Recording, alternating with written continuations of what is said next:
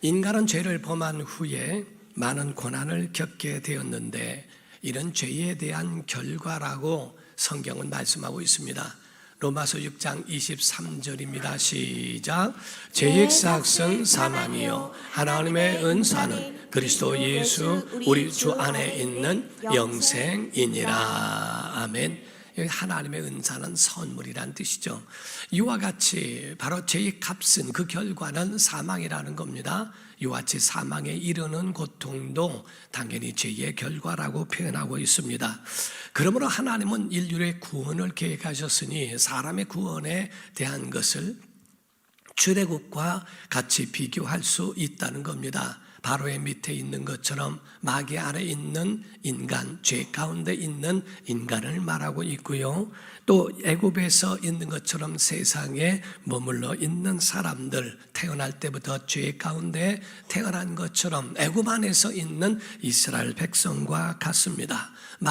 바로의 권세 아래 있는 것처럼 마귀의 권세 아래 있는 인간들을 모세를 통하여 건져주신 것 같이 예수 그리스도를 통하여 우리 온 인류를 십자가의 그 공로로 인하여 그 은혜로 우리를 구원하게 하신다라고 성경은 말씀을 합니다.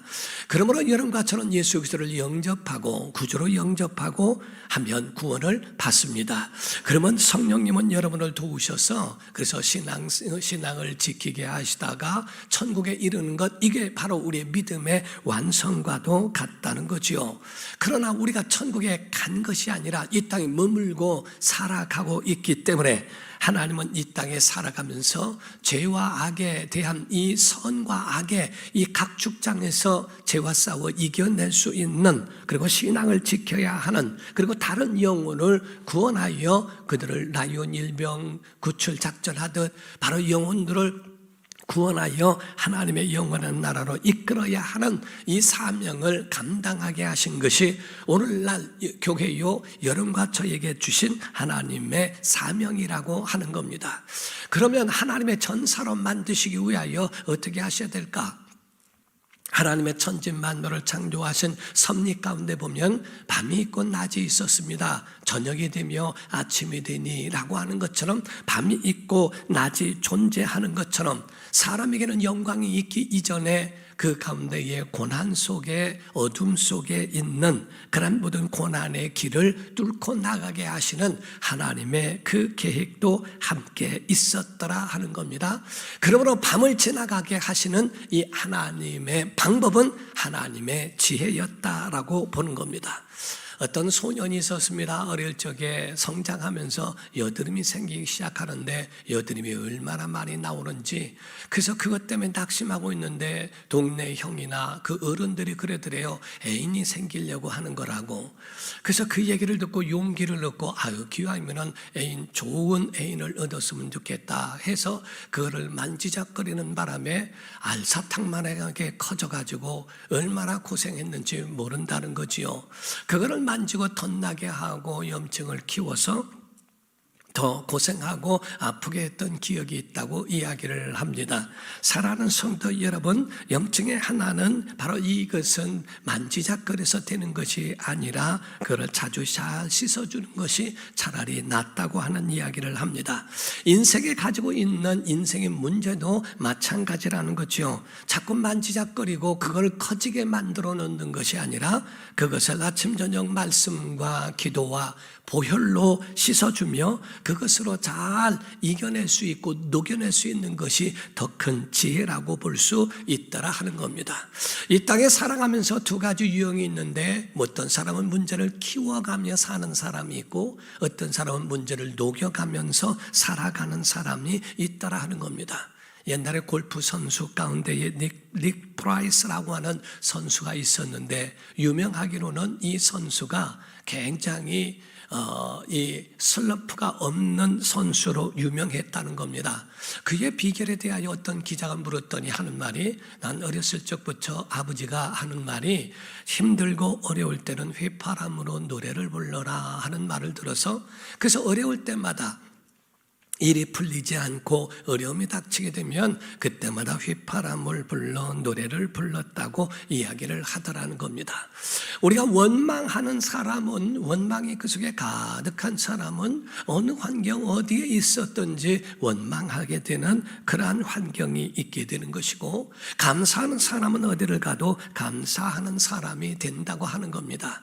여러분과 제가 인생의 밤을 지나면서 곡소리를 내는 사람이 있고 어떤 사람은 노래를 부르는 사람도 있다라 하는 거지요. 우리가 귀신들이나 이런 걸 보면은, 우리가 전설의 고향이나 이런 얘기를 들어보면 곡소리를 냅니다. 무당이 구슬하면서 땡땡 치면서 구슬할 때 보면은 그저 마침내 빙의 돼 가지고 울면서 아이고 아이고 하면서 죽은 자가 무슨 돈이 그렇게 필요한지 노잣돈이 없다고 울어대기도 하고 하는 그런 모습들을 봅니다.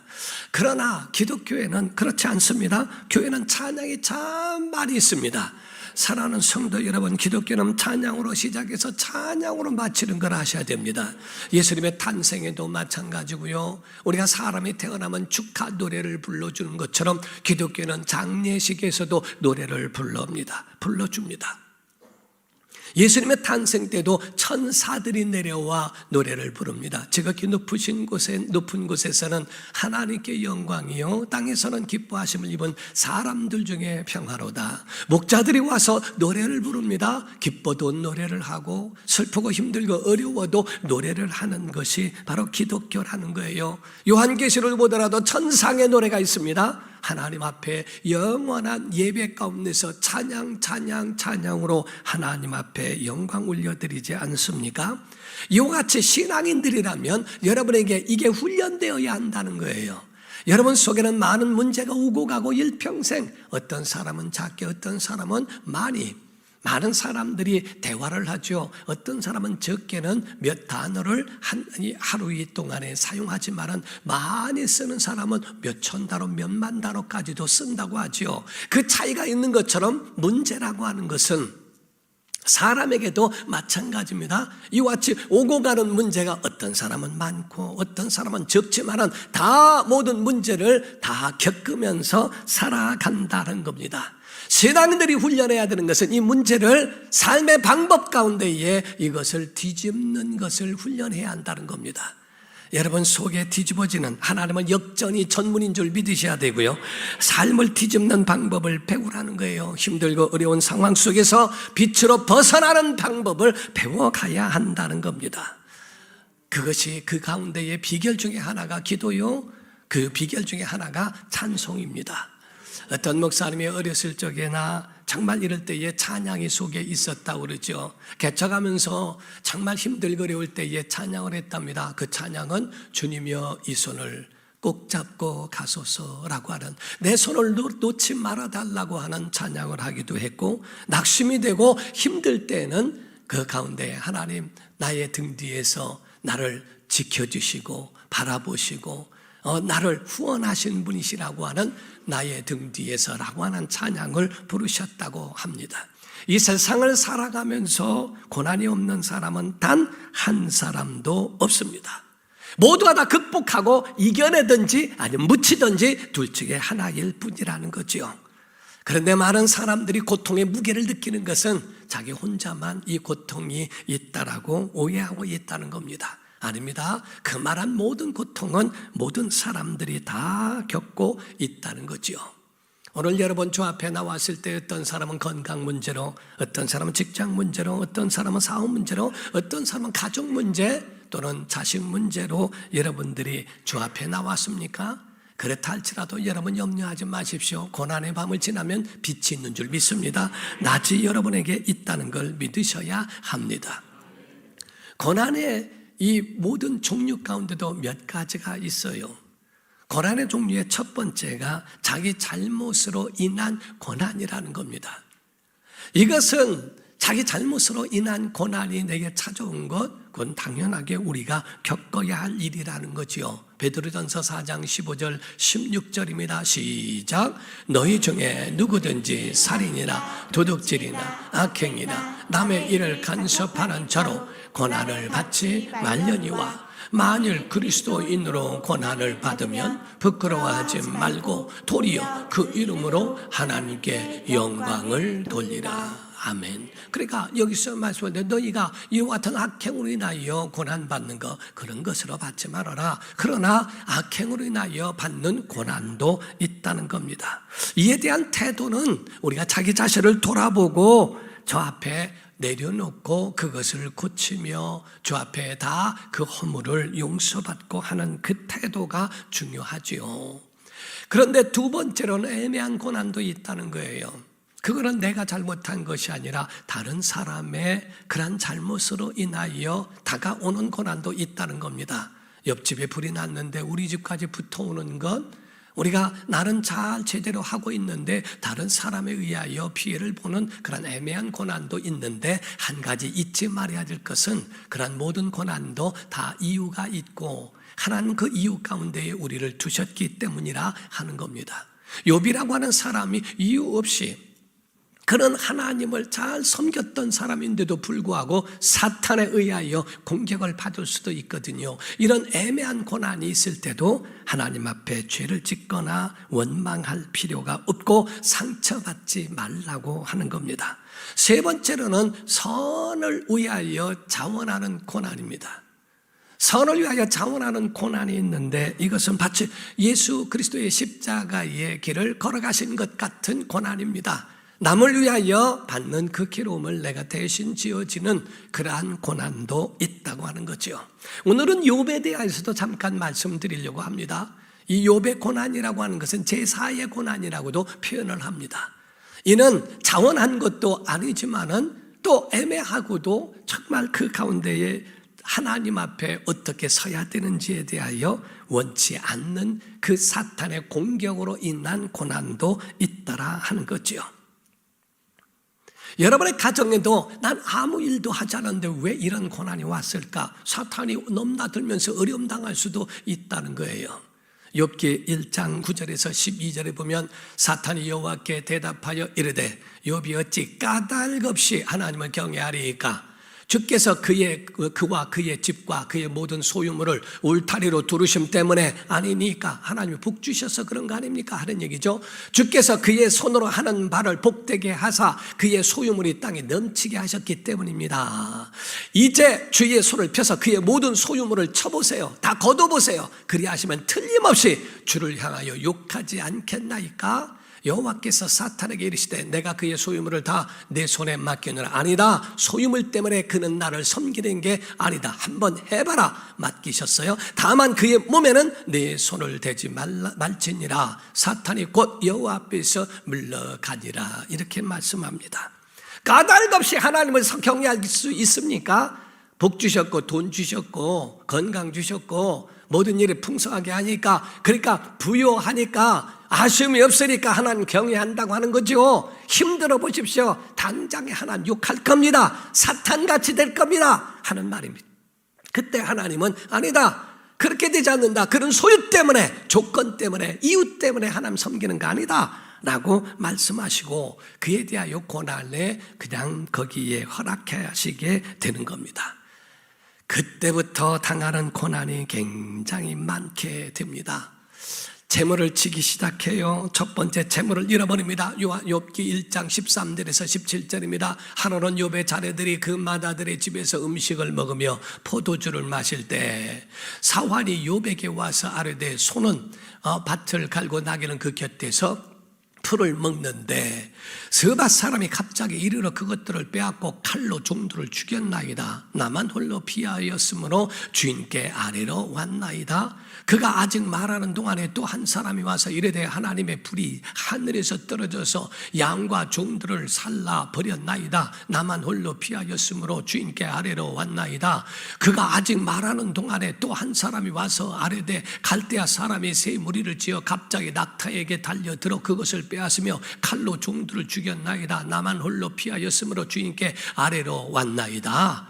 계속적으로 얼마나 까닭 없이 갑자기 갑자기 낙타가 죽지를 않나, 종들 뺏기질 않나, 종들을 죽이질 않나, 하늘에서 불이 떨어져 죽지를 않나, 별의 일들이 막 한순간에, 그 사람들의 지식은 하늘에서 불이 떨어지니까 하나님의 불이라고 이렇게 이야기하면서 재산을 잃어버리는 고난을 당합니다. 오늘날 한순간에 재난으로 인하여 재산을 완전히 잃어버리는 경우도 있죠. 그런데 욥은 한순간에 다 잃어버린 사람이었다는 거죠. 두 번째가 자녀가 한순간에 세상을 떠납니다. 욥기 1장 18절 19절입니다. 그가 아직 말하는 동안에 또 한 사람이 와서 아뢰되 주인의 자녀들이 그들의 맏아들의 집에서 음식을 먹으며 포도주를 마시는데 그 진들에서 큰 바람이 와서 집 내 모퉁이를 치매 그 청년들 위에 무너짐으로 그들이 죽었나이다. 나만 홀로 피하였으므로 주인께 아래로 왔나이다 한지라. 10명의 자녀가 한순간에 그 가운데, 아니 모든 동물들도 빼앗기고 종들도 죽임을 당하고 한 사람만 살아서 보고하러 올 정도로, 또 그 가운데 자녀들도 한순간에 세상을 떠납니다. 오늘날 여러분 고난 가운데에 재물을 잃어버리고 또 자녀를 잃어버리는 경우도 있죠. 세 번째 욥에게 대해서는 아내와 그 친구들도 저주하고 떠나버리게 됩니다. 욥기 2장 9절을 봅니다. 그의 아내가 그에게 이르되 당신이 그래도 자기의 온전함을 굳게 지키느냐? 하나님을 욕하고 죽어라. 그리고 떠나버렸어요. 친구들도 배신을 합니다. 이와 같이 떠나버리는 세 번째 아내와 친구들의 떠나버리는 고난도 있죠. 여러분이 함께 했고 함께 즐거워했던 사람들도 마저도 여러분을 떠나는 경우도 있습니다. 마지막 네 번째는 욥의 건강까지도 침을 얻게 되죠. 욥기 2장 7절에서 8절입니다. 사탄이 이에 여호와 앞에서 물러가서 욥을 쳐서 그의 발바닥에서 정수리까지 종기가 나게 한지라. 욥이 제 가운데 앉아서 질그릇 조각을 가져다가 몸을 긁고 있더라고 말하고 있습니다. 사탄이 욥을 치기 시작하니까 별의 별 일들이 풍랑같이 일어나는 경우도 없지 않아 있더라 하는 거지요. 그러나 욥에 대하여 우리가 볼진데 그 고난이 여러분과 저에게도 목사에게도 마찬가지입니다. 고난이 올 때는 잠시 동안에 주춤거리고 이게 뭐지? 이게 어떤 일이지? 왜 이러지? 어떤 일일까? 굉장히 고민스러울 때도 없지 않아 있어. 그거는 당연히 있다는 겁니다. 우리가 배워야 할 건 이걸 어떻게 뒤집냐는 겁니다. 어떻게 죄를 짓지 않냐고 그 죄 가운데서 넘어설 수 있을까 하는 거지요. 그때의 욥의 태도를 어땠는가? 성경의 신앙을 지켰던 사람, 욥기 1장 20절에서 22절의 말씀입니다. 욥이 일어나 겉옷을 찢고 머리털을 밀고 땅에 엎드려 예배하며 이르되 내가 모태에서 알몸으로 나왔은즉 싸운즉 또한 알몸이 그리로 돌아가 올지라. 주신 이도 여호와시요 거두시는 이도 여호와이시니 여호와의 이름이 찬송을 받으실지이다 하고, 이 모든 일에 욥이 범죄하지 아니하고 하나님을 향하여 원망하지 아니하니라. 이 욥은 뜻모른 이유 없는 이런 고난이 자기에게 사탄이 보이지도 않습니다. 이런 일들이 한순간에 자기에게 오는 것, 어떤 영문인지는 모르지만 그 가운데 하나님은 어떤 이유가 있을 것이다 라고 하는 마음에 대하여 그 앞에 예배했다라고 되어 있고, 범죄치 않았다고 되어 있고, 찬송했다라고 성경은 말씀하고 원망하지 않더라라고 이렇게 성경은 기록하고 있습니다. 하나님의 사람은 모든 고난과 어려움이 면제되는 게 아닙니다. 하나님의 사람에게도 신앙인들에게도 하나님 고난을 허락하셨어요. 밤을 주셨어요. 왜냐하면 이 밤 가운데에 성숙한 하나님의 사람으로 만들어지게 하는, 이건 하나님의 지혜라고 하는 겁니다. 밤은 쉼만 있는 게 아닙니다. 밤은 낮을 준비하는 것이라고 표현합니다. 우리가 축구를 하더라도 전반전 있고 후반전 있고 중간에 하프타임이 있어요. 이 하프타임은 그냥 쉬는 게 아닙니다. 후반전을 위하여 작전을 짜고 준비하는 것처럼 우리의 신앙생활에도 마찬가지로 주일날 주 앞에 나와 예배하는 것은 그저 쉬는 것만이 아닙니다. 이 가운데 우리의 영혼이 어떤지를 다시 돌아보게 하고 진단하게 하며 이제 일주일을 어떻게 살아갈 것인가에 대하여 그걸 하나님의 지혜를 구하며 준비하는 과정이라고 보는 거예요. 고난의 영광을 위하여 준비시키는 과정, 그거를 욥기 23장 10절에는 이렇게 말합니다. 시작. 그러나 내가 가는 길을 그가 아시나니 그가 나를 단련하신 후에는 내가 순금같이 되어 나오리라. 아멘.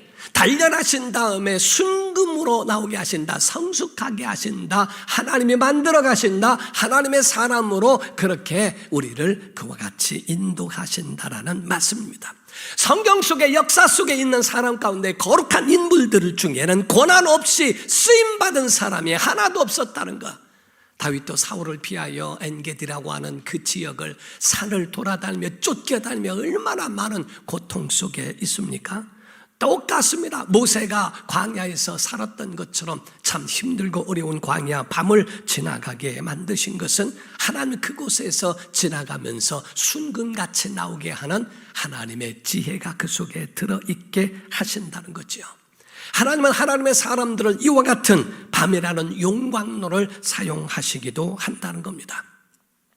광부가 채광석을 용광로에 주저없이 던진다는 거예요. 왜냐하면 그 광부의 목적은 불순물이 아니라 거기서 단련되어져 나온 순금에 있기 때문이라고 말합니다. 하나님 우리에게 약점과 이런 어려움 가운데 있는 잘못된 이 모든 부분들을 용광로 속에 넣어서 타지기를 바라고 변화되기를 바라고 그 가운데 하나님의 사람으로 빛나는 자로 태어나기를 원하는 하나님의 목적이 들어있기 때문에 그렇습니다. 여기 있는 목사도요 정말 짜증대장이었습니다. 저는 또 꼴에 제 모습에 완벽주의입니다. 완벽하지 않으면 제가 못 자고 제가 못 견디는 이런 성품입니다. 짜증대장에다가 불평대장, 성격도 급하고 지금도 그런 것이 없지 않아 우리 제 속에서도 조금씩 팍팍팍 올라오려고 할 때도 없지 않아 있어요. 그게 없는 건 아닙니다. 완전히 없어지는 것이 아니라 그걸 이겨내고 많은 세월을 지나면서 참는 법을 배웠고 인내하는 법을 배우고 이해하고 수용하면서 그거를 뒤집는 것을 배워가면서 있는 거죠. 지금의 남편과 아내가 여러분 마음속에 들지 아니하고 이해되지 않고 그게 수용되지 않고 서로가 맞지 않아서 다툴 수도 있다는 겁니다. 그러나 좀 지나보면 이해가 되게 돼 있고 또 그것이 수용되게 될 때가 온다는 겁니다. 그때를 위하여 극단적으로 갈 필요는 없다는 거예요. 아멘은 속으로 해도 괜찮습니다.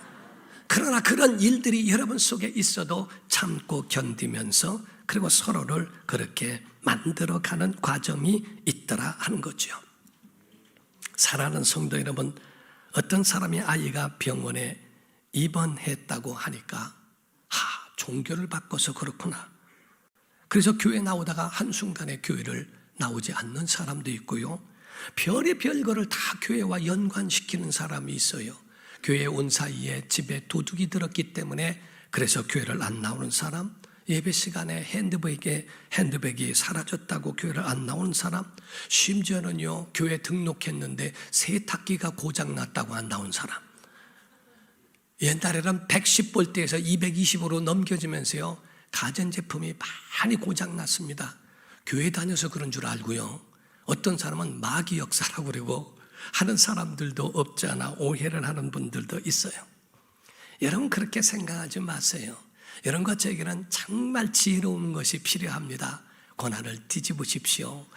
야고보서 5장 13절을 말씀합니다. 시작. 너희 중에 고난을 당하는 자가 있느냐? 그는 기도할 것이요 즐거워하는 자가 있느냐? 그는 찬송할지니라. 아멘. 그렇게 믿으시면 아멘. 그와 같이 우리 자신을 그렇게 변화시키라는 거예요. 그렇게 만들으라는 겁니다. 우리가 연약하고 부족할 때 그거를 뒤집어서 그거를 만들어낼 수 있는 그것도 여러분에게 큰 지혜라는 겁니다. 어려운 처지에 있지만 하나님 합력하여 선을 이룰 줄로 믿습니다. 이러한 고백이 나와야 한다는 거지요. 지금 고난을 통과하지만은 터널 뒤에는 굴은 중간에 끝이고 거기서 다 끝까지 어둠 속에 있을지 몰라도 터널은 통과하는 것처럼 하나님이 이 고난을 통과할 수 있는 터널이 되게 하여 주시옵소서 하면서 어떤 목사님이 비가 넘어와가지고 하나님 비를 멎게 하여 주옵소서. 비는 예수 이름으로 멎으라 했더니 딱 멎더래요. 보니까 터널이 들어가는 거예요. 응답인 줄 알았더니 터널을 지난 다음에 또 비가 옵니다. 여러분, 그 힘들고 어려운 상황 속에 있어도 여러분이 낙심하지 말라는 거예요. 어떤 사람이 음식을 잘 못하는데 한 번은 프라이팬에다가 거기다가 팬에다가 음식을 한번 해본다고 했대요. 막 했는데 그걸 잘못해가지고 다 태워버렸답니다. 다 태워버렸는데 그 속에 눌러붙어 있는 그 탄 거를 아무리 수세미로 만들고 해도 안 지워지더라는 거예요.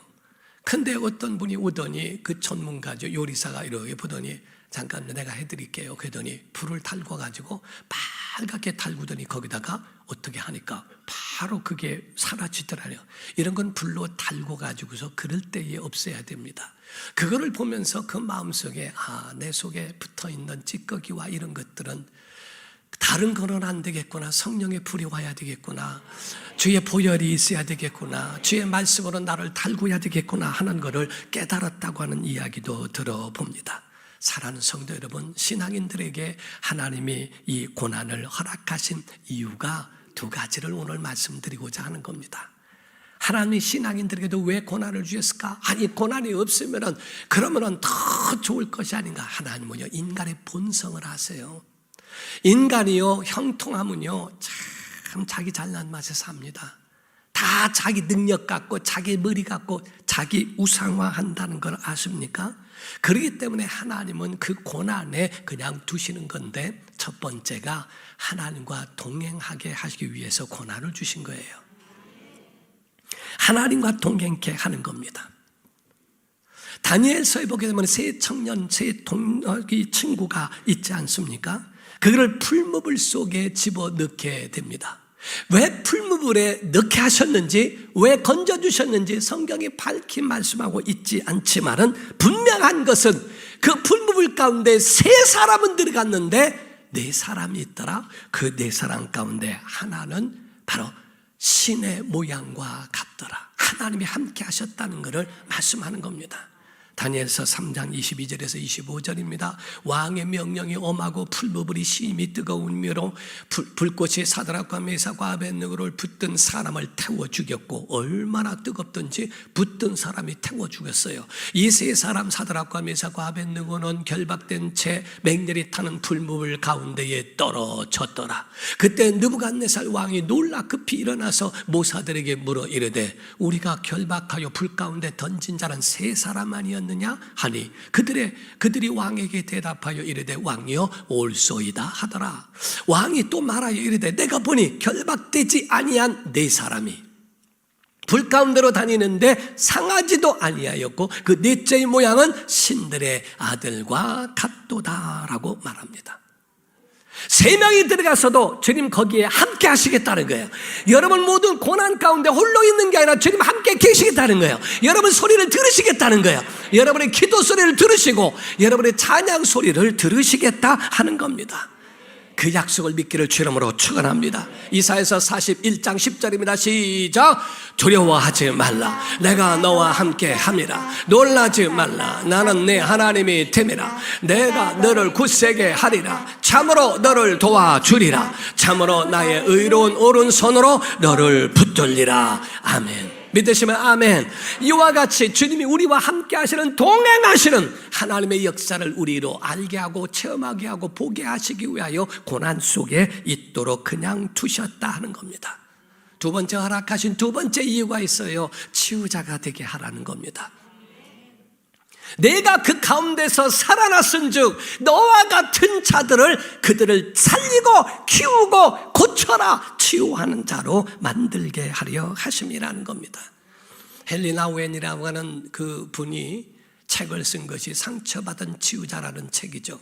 널리 알려졌고 많은 사람들이 애독하고 있는 것이었습니다. 모든 사람은 다 상처가 있다는 거예요. 아니, 하나님의 아들도 상처가 있어요. 예수님도 상처가 그 속에 있는 것을 조목조목 다 거기에 다 기록하고 있었습니다. 뭐 사람들이 예수님을 욕합니다. 아니, 예수님이 잘못한 게 뭐가 있기에? 예수님을 욕하고 제자들도 배신하는 상처를 받습니다. 그 가운데 친척들도 예수님을 거절하고요. 심지어는 예수님 십자가에 상처를 주고 못을 받고 창에 찔리는 상처를 받으며 마침내 엘리 엘리 라마 사박다니 나의 하나님 어찌하여 나를 버리셨나이까 하나님께 버림받는 상처까지도 그 속에 있었다는 겁니다. 그러나 예수님은 원망하지도 않으셨고 불평하지도 않으셨고 자학하지도 아니하셨고 도리어 만인을 치유하는 치유자가 되셨다 하는 겁니다. 두 부류의 사람, 상처가 그대로 있으면 상처를 주는 사람, 상처가 치유된 사람은 상처를 치유하는 사람 되는 겁니다.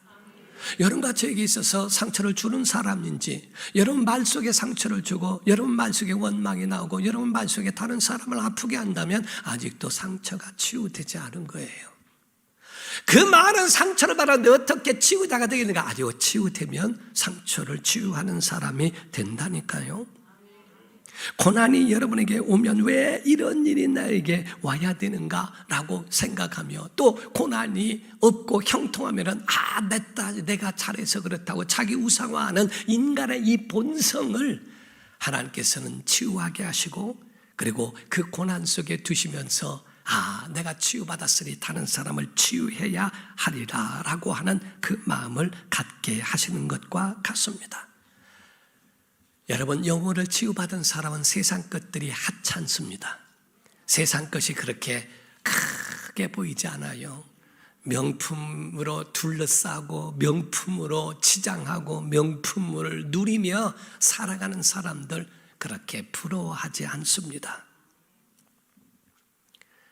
포기하고 자포자기한 게 아니라 별로 그게 크게 보이지 않습니다. 난 하늘의 황금길을 걸어갈 텐데, 나는 하늘의 황금집으로 다닐 텐데 내가 뭘 그것 가지고 할 필요가 있을까? 여러분, 오늘 배워야 됩니다. 고난 속에서 노래하기를 주 이름으로 축원합니다. 행복할 때도 찬양하고 고난이 올 때도 찬양하고 여러분 속에 희망을 노래하기를 주 이름으로 축원합니다. 결혼식 때도 노래하죠. 여러분 장례식 때도 노래합니다. 고난 속에서 절대로 실망하지 않는 사람들, 믿음의 사람인 줄로 믿습니다. 절망을 이겨내고 고난 속에서 희망을 잃어버리지 않는 성도가 되기를 주 이름으로 축원합니다. 바울과 실라가 첫 번째 그 유럽 쪽에서 아시아 쪽으로 가는 그러한 그 곳에서 움직이는 이러한 모든 것을 두고 갈등할 때에 하나님이 그쪽으로 마게도냐 쪽으로 하나님이 그를 옮기심으로써 그쪽으로 선정하게 됐죠. 첫 번째 갔던 그 곳이 빌립보 지역이었고 첫 번째 만난 사람이 귀신 들린 여종이었고 쫓아냈더니 그를 때려서 그를 감옥에 가두게 됩니다. 아니 주의 일을 했는데 이 고난이 있나? 라고 생각할 줄 모르는데 그때 바울과 실라는 행한 일이 뭐였던가? 오늘 본문 말씀이에요. 사도행전 16장 23절에서 26절입니다. 많이 친 후에 옥에 가두고 간수에게 명하여 든든히 지키라 하니 그가 이러한 명령을 받아 그들을 깊은 옥에 가두고 그 발을 착고에 든든히 채웠더니 한밤중에 바울과 실라가 뭐하고? 기도하고 하나님을 모함에 찬송함에 제수들이 듣더라. 이에 갑자기 큰 지진이 나서 옥도가 움직이고 문이 곧 다 열리며 모든 사람의 매인 것이 다 벗어진지라. 성경에 벗어졌다는 것은 그 고난의 자리에서 벗어난 거, 죄에서 자유한 거, 여러분의 절망 가운데서 희망으로 옮겨진 것을 말합니다. 여러분 모두가 다 오늘 예배가 이와 같은 예배가 되기를 주 이름으로 축원합니다. 희망의 노래를 부르는 사람, 하나님의 사람, 갈 길을 밝히 보이시니 주 앞에 빨리 나갑시다. 기뻐 뛰며 주를 보겠는데 일평생 우리의 찬양이 우리 속에 항상 나타나고 여러분 속에 찬양이 끊이지 없던 복된 성도가 되기를 예수 이름으로 축원합니다. 기도합니다. 이 시간에 다 같이 통성으로 기도할 때 하나님 우리에게 은혜 베푸소서, 능력을 베푸소서. 정말 어떤 상황 속에서도 뒤집는 찬양으로 기도로 뒤집는 믿음의 훈련된 믿음의 사람들